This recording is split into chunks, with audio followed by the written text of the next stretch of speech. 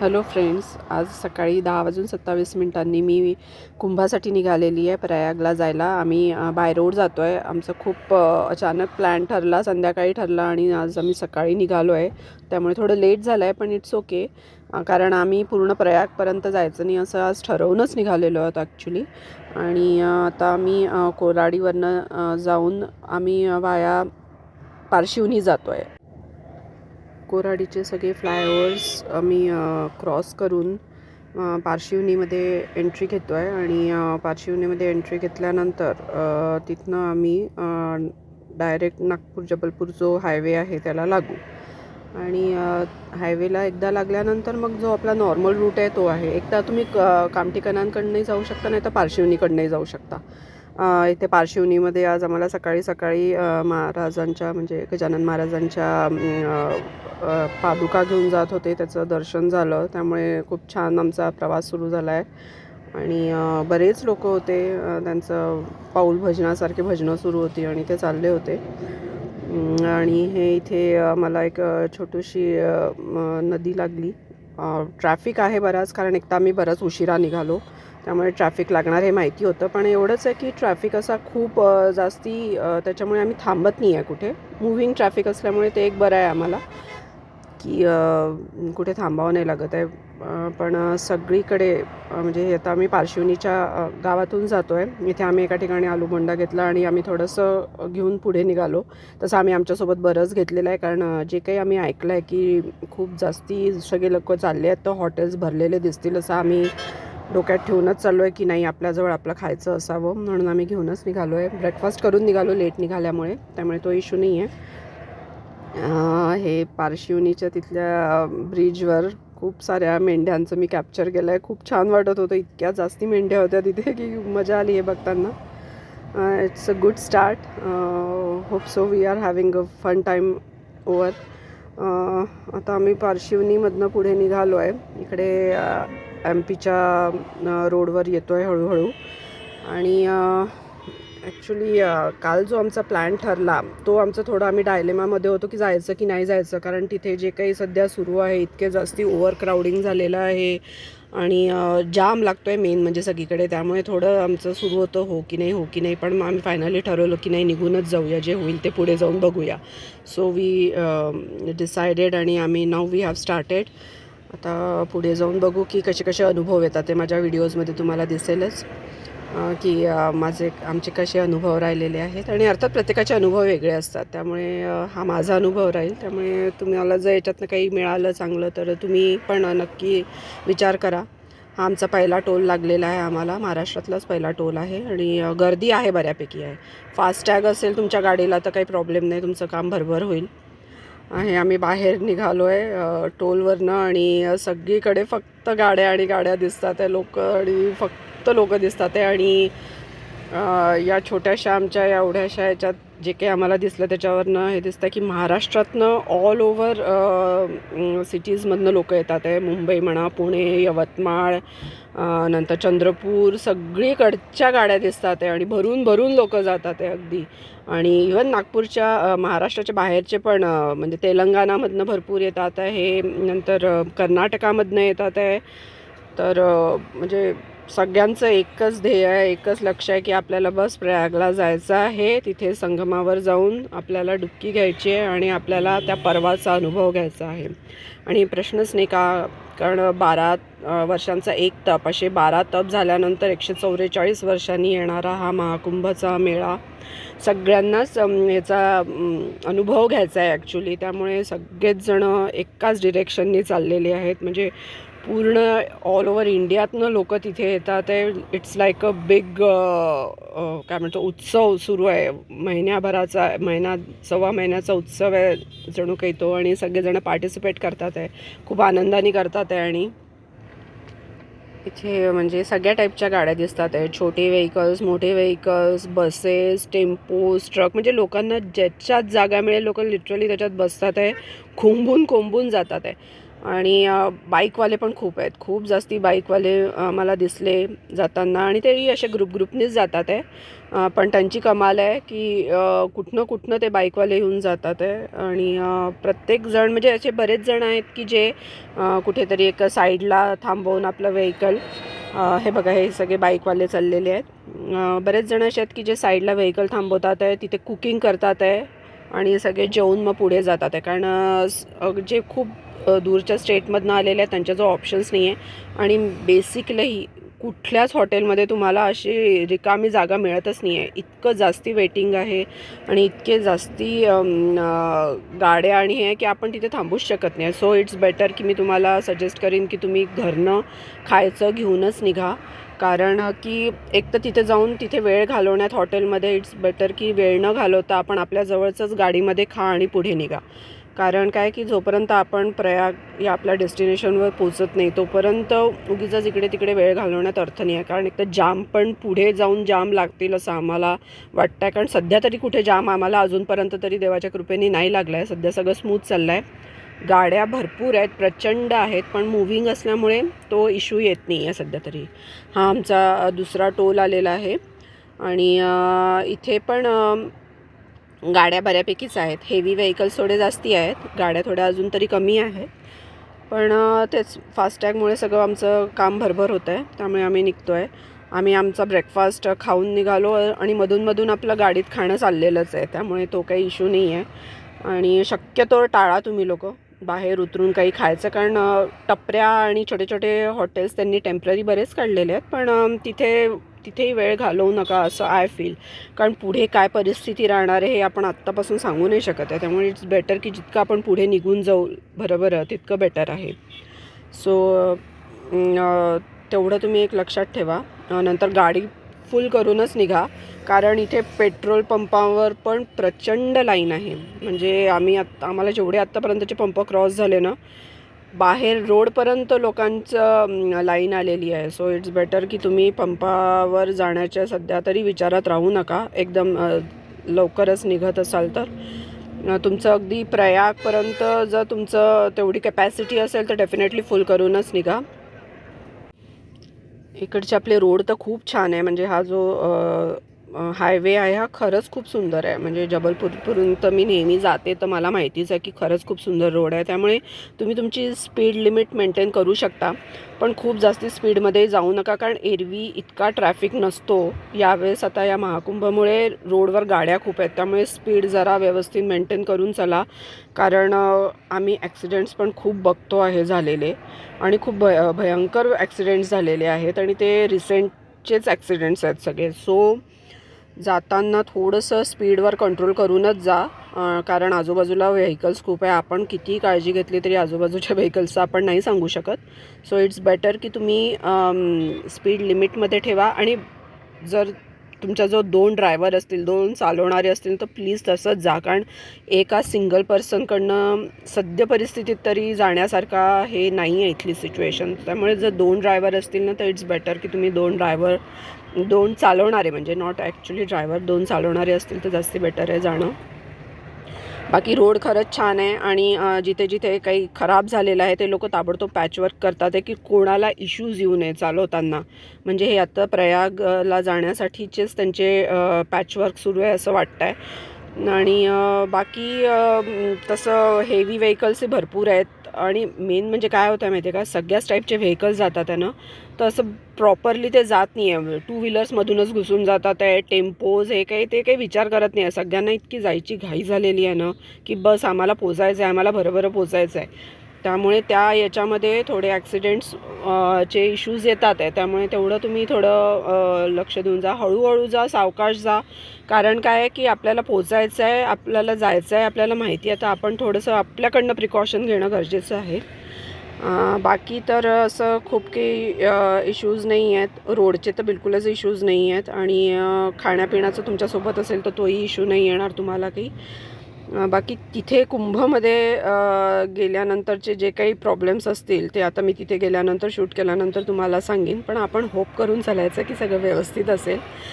आता आम्ही इकडे सिल्लारीचं गेटच्या तिकडे येतो आहे. तिथनं अर्थात सरळ जायचं आहे. आम्ही नेहमी इकडे येतो त्यामुळे मला माहिती आहे. त्यामुळे इथे पण बघा तुम्हाला खूप साईडला गाड्या लागलेल्या दिसतील. बरेच लोक रेस्ट करतात आहे. बरेच लोकांनी तर हॉटेलमध्ये तर जागा मिळत नाही असं कळलं आम्हाला. त्यामुळे बरेच लोक असे आहेत की जे बाजूला साईडला लावून गाडी ओव्हरनाईट तिथे काढतात आहे आणि पुढे जातात आहे. कारण सध्या पॉसिबलही नाही आहे हॉटेल्समध्ये तुम्हाला जागा मिळणं, आणि जे काही मिळतात आहे ते लिटरली लूटमार सुरू आहे. इतके जास्त चार्जेस आहे, आणि चार्जेस म्हणजे पर रूम नाही आहे, सध्या पर पर्सनच सगळीकडे चार्जेस लागतात आहे. त्यामुळे खूप लोक हॉटेल प्रेफर पण नाही करत आहे. ते आपले बिचारे रात्रभर साईडला गाडी लावून झोपून कुकिंग करतात आहे. बाहेर गॅस सिलेंडर घेऊनच निघालेले आहेत, आणि तसंच त्यांचे प्रवास सुरू आहे. कारण खूप लांबून लांबून लोक येतात आहे. म्हणजे लिटरली आम्हाला आत्ता गोव्याच्याही गाड्या दिसल्या, ओरिसा, राजस्थान, कुठनं गाड्याने येऊन राहिल्या आहेत. ऑल ओव्हर इंडिया गाड्या येऊन राहिलेल्या आहेत. कारण ट्रेनचे तिकीटं मिळत नाही आहे, फ्लाईटचे तिकीटं काहीच्या काही महाग झालेले आहेत. बसेसचं ज्यांना बुकिंग मिळत आहे ते बसेसनी येतात आहे, पण ज्यांना नाहीच मिळत आहे ते सरळ आपलं व्हेकल काढून निघतात आहे. नाही तर मग खूप ग्रुप असेल तर एखादी गाडी हायर करतात आहे आणि निघाले आहेत. आणि अशा पद्धतीने सगळे चालले तर आहेत, कारण सगळ्यांना जायची इच्छा खूप मनापासून आहे. कारण इतक्या दिवसापासून सगळे बघून हा आमचा तिसरा टोल लागलेला आहे आम्हाला. आणि इथे मात्र गर्दी आहे, बऱ्यापैकीच गर्दी आहे. आता इथनं गर्दी सुरू झालेली वाटते तर आहे. बघू आता पुढे जाऊन कसं होतं आहे, पण इथे तर भरपूरच गर्दी आहे. हा टोल खवासा बॉर्डरचा आहे. म्हणजे आता आपण MP मध्ये एंट्री घेणार आहोत त्याच्यानंतर. आणि MP मध्ये एंट्री घेतल्यानंतर तुम्हाला जाणवेल की हळूहळू इथनं ट्रॅफिक वाढतो आहे. पण इट्स ओके. आता तो तर शेवटपर्यंत राहीलच ट्रॅफिक, कारण सध्या तेच सुरू आहे. तर पण ठीक आहे, ट्रॅफिक असला तरी एवढं टेन्शन घेऊ नका. तुम्ही तुमचे व्यवस्थित चालत राहा, खायचं प्यायचं जवळ ठेवा. आणि शक्यतो वॉशरूम तुम्ही लेडीजच्या दृष्टीने मी म्हणते की तुम्ही कुठल्या तरी पंपावरच जा. कारण एक तर ना सगळीकडे खूप जास्ती यूज सुरू असल्यामुळे ना खूप जास्ती खराब झालेलं आहे. ते लोक प्रयत्न करतात आहे मेंटेन करण्याचा, पण लाखोनी लोक जर रोज येत असतील तर थोडा प्रॉब्लेम जातो.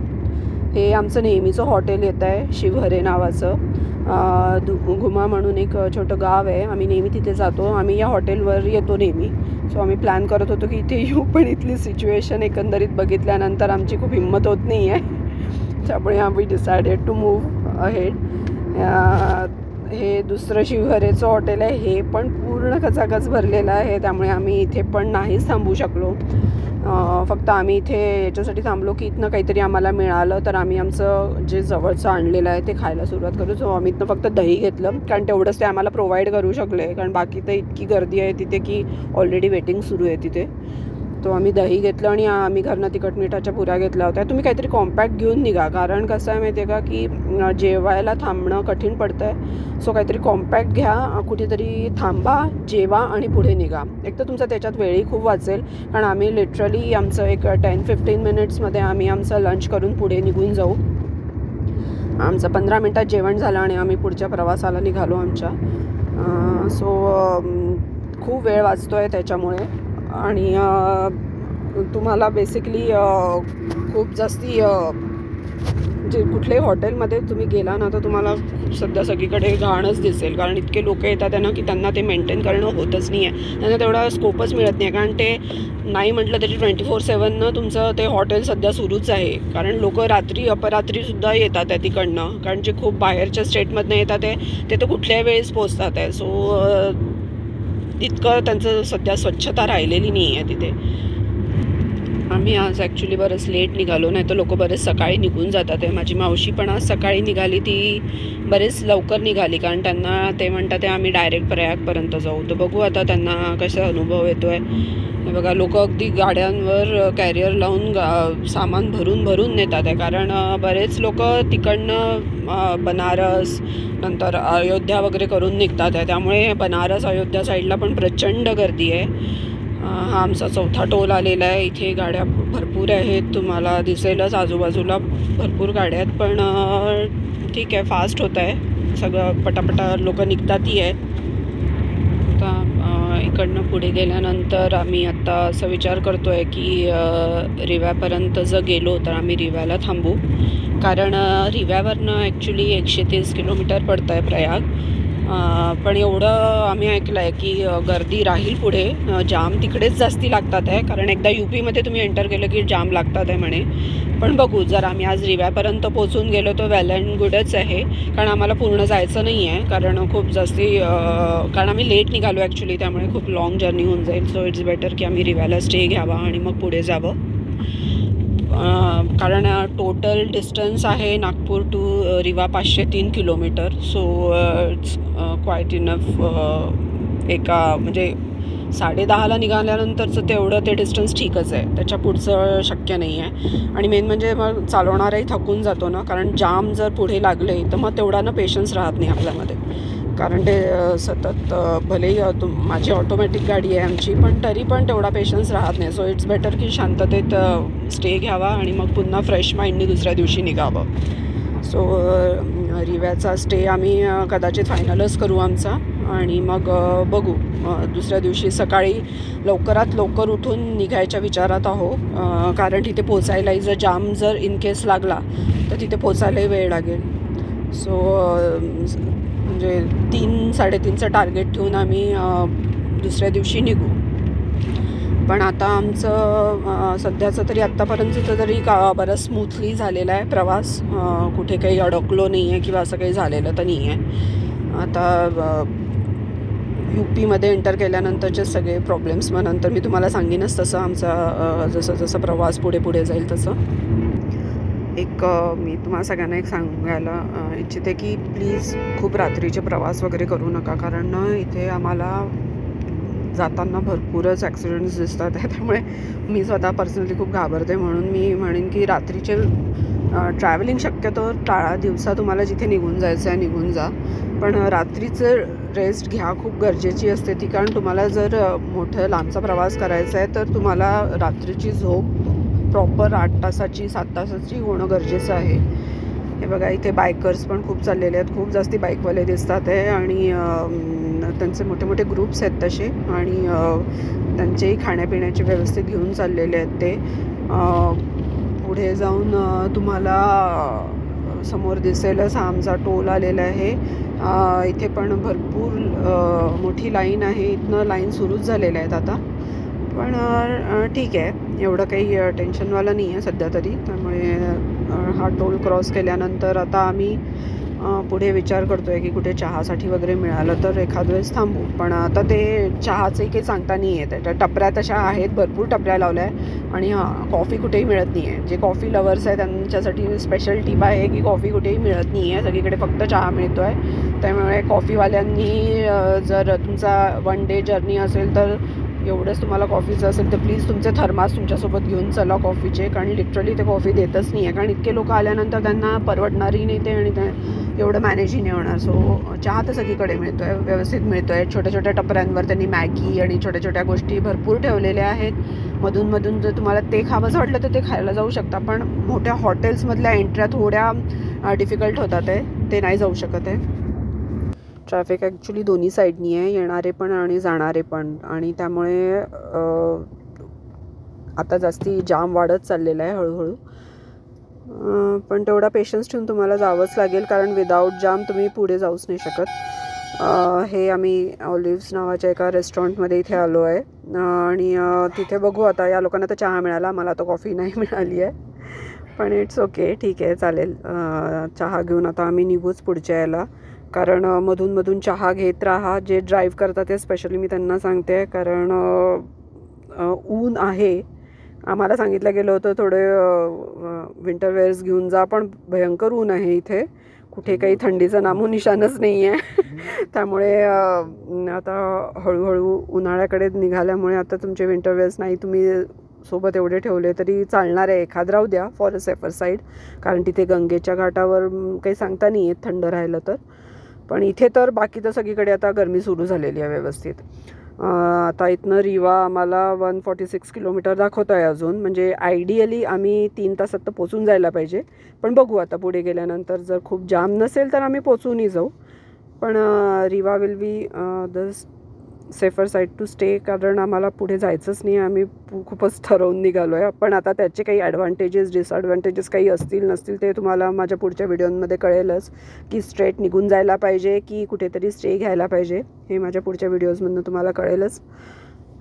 संध्याकाळ होत आलेली आहे आणि अजूनही ट्रॅफिक असा खूप काही कमी वगैरे झालेला नाही आहे. अजूनही व्यवस्थित सुरूच आहे, कारण तेच असं वाटतंच आहे की 24/7 यांचं ट्रॅफिक सुरूच आहे सध्या या रोडवर.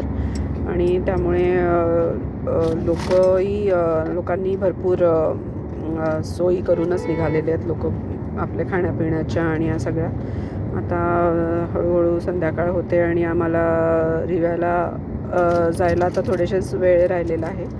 तर बघू आता रिवा सिटीमध्ये, ॲक्च्युली आमचं थोडं आतमध्ये आहे, सिटीमध्ये आहे. आम्ही हायवेवर नाही घेतलं, कारण आमच्या ओळखी थ्रू आम्ही तिथे जातो आहे त्या हॉटेलमध्ये. हॉटेल तर खूप छान आहे असं आम्ही ऐकलेलं आहे. मी आता तिथे पोचली आणि ते हॉटेल एकदा दिसलं की मी तुम्हाला नक्की सांगेन की ते हॉटेल कोणतं आहे. तसं रिवा ही बऱ्यापैकी मोठी सिटी आहे असं कळलं आहे, त्यामुळे तिथे हॉटेल्स तर असतीलच. पण एवढंच आहे की सध्या हॉटेल बुक राहतात आहे, त्यामुळे खूप जास्ती हायवेवरचे तर बुक राहतीलच, कारण लोक जास्ती प्रेफर करतात ते. सिटीच्या आत जायला कोणी बघत नाही आहे, कारण मग तिथं पुन्हा निघायलाही प्रॉब्लेम येतो. पण आता आम्ही आतलंच बुक केलं आहे. हा आमचा 6वा टोल लागलेला आहे आणि याच्यातनं आम्ही रिवा सिटीमध्ये एंट्री घेतलेली आहे. ह्या टोलनंतर रात्र झाली, आम्हाला 6:45 वगैरे झालेले आहेत आता, आणि आम्ही रिव्यामध्ये येऊन पोचलेलो आहे. प्रचंड ट्रॅफिक आहे रिव्यामध्ये पण, कारण बरेच लोक जे आहेत जे की पूर्ण जायला बघत नाही आहे ते रिव्यामध्ये स्टे घेतात आहे. हॉटेल्स इथले पण सगळे भरलेले आहेत आणि हॉटेल्स भरपूर आहेत. रिव्यामध्ये आल्यानंतर एक तर दिसलं की हॉटेल्स खूप जास्ती आहेत आणि ते हायवेवर आणि हायवेला लागून थोडंसं हॉटेल्स तर भरपूर दिसतात आहे. आता आमचं जे हॉटेल आहे एकदम मार्केट प्लेसमध्ये आहे असं कळलं आम्हाला. आणि गर्दी तर तुम्ही बघता असाल, प्रचंड गर्दी आहे, काही म्हणजे त्याच्यात तर काही हे नाहीच आहे. पण ते हॉटेल खूप छान आहे आणि एकदम सेंटरमध्ये आहे म्हणे. तर आता तिथे गेल्यानंतर कळेलच की हॉटेलची पोझिशन आणि बाकीचं तिथलं आजूबाजूचं कसं आहे. हॉटेलमध्ये आम्हाला एकच रूम मिळाली आहे, कारण तेही हॉटेल पूर्ण पॅक होतं आणि ते मोस्टली सगळे पर हेडच घेतात आहे तिथे. कोणी असं रूम वाईज तर कोणी देतच नाही. आता आम्हाला 2000 पर हेड असं ते रूम मिळाली आहे आम्हाला ती, आणि तुमचे खाण्यापिण्याचे ते अर्थात वेगळे. आता तिथे गेल्यानंतर मी तुम्हाला त्या हॉटेलचं बाहेरून एक हे दाखवेन, आणि कोणाला जर त्याचा नंबर हवा असेल तर मी खाली नंबरही पिन करून ठेवून देईल. जर कोणाला जायची इच्छा असेल तर तुम्ही नक्की तिथे जा. Rewa to Prayag actually 130 kilometre आहे, म्हणजे आयडियली तो 2 आवर्सचा रन आहे. पण आत्ताच्या करंट सिच्युएशनमध्ये आपण नाही सांगू शकत की आपल्याला किती वेळ लागू शकतो. सो ते तर आम्ही जेव्हा उद्या सकाळी निघू, सकाळी आम्ही 3:30पर्यंत निघण्याच्या तर विचारात आहोत. तर बघू आता किती वेळ लागतो तिथे पोचायला. पण 2 तासाचा तसा रन आहे, म्हणजे एरवी जर तुम्हाला कधी जायचं असेल तर तुम्ही you can have a stay here आणि तुम्ही सकाळी उठून तुमच्या पुढच्या याच्यासाठी जाऊ शकता. ऑलमोस्ट आम्हाला 9 तास लागलेले आहेत, म्हणजे नॉट ॲक्च्युली पूर्ण 9 पण, आणि त्याच्यात आमचे फक्त 2 ब्रेक घेतले होते आम्ही. एक थोडं लंचसाठी आम्ही एका ठिकाणी थांबून आम्ही लंच केला, त्यालाही आम्हाला 15-20 मिनटंच लागले, कारण आम्ही आमच्याजवळचं खाल्लं. आणि दुसरं आम्ही जे चहा कॉफीसाठी थांबलो तिथे एक 10 मिनटं आमचे गेले. सो हे आमचे 2 ब्रेक झाले. तर आमचा म्हणजे 9 आवर्समध्ये आम्ही कम्फर्टेबली आलो इथे, कारण खूप असं ओव्हर कुठे जाम अजून तरी लागलेला नव्हता. त्यामुळे तेवढा प्रवास आमचा व्यवस्थित झालेला आहे आणि असं खूप थकल्यासारखंही वाटत नाही आहे. त्यामुळे आता आम्ही आमच्या हॉटेलच्या इथे जवळ आलेलो आहे, पार्किंगसाठी बघतो आहे की कुठे जागा मिळते आहे का. होप लवकरच जागा मिळून जाईल. आणि रश तर खूप आहे इथे. रोड जरा छोटे आहेत हे, भलेही ॲक्च्युली हे मार्केट प्लेस असलं तरी असं खूप ओव्हर मोठी स्पेस नाही आहे इथे. आणि काय आम्ही संध्याकाळी पोचलो आहे ना, तर ते एकदम पीक आवर्सला पोचलो. हे आम्ही इथे हॉटेलमध्ये आतमध्ये आलेलो आहे. आमच्या रूमसमोरचा पॅसेज आहे हा, खूप छान आहे, एकदम स्वच्छ आणि छान हॉटेल आहे. बाहेरनं असं वाटलं नाही, कारण बाहेरनं खूप कंजेस्टेड होतं सगळं, पण इथे आतमध्ये आल्यानंतर खूपच छान वाटतं आहे. मस्त पॅसेज आहे. अँड ही आमची रूम आहे, अँड खूपच सुंदर रूम आहे. म्हणजे तुम्ही बघाल आता, म्हणजे खूपच सुंदर रूम आहे, एकदम मोठी आहे. आम्ही चौघांनी मिळून आम्ही 4 जण आलो आहे ना, तर आम्ही 4 मिळून एकच रूम घेतली, कारण एकच रूम अवेलेबल होती त्यांच्याकडे. 2000 पर हेड घेतला. इट्स ओके, म्हणजे वर्थ आहे, देण्यासारखं आहे, खूपच छान आहे. आणि बाकी त्यांनी सगळ्या सोयी दिली, सॉकेट्स पण भरपूर दिलेले आहेत, त्यामुळे वी आर हॅपी. तर आजचा माझा व्हिडिओ एवढाच. उद्याच्या व्हिडिओमध्ये तुम्हाला अजून कळेलच.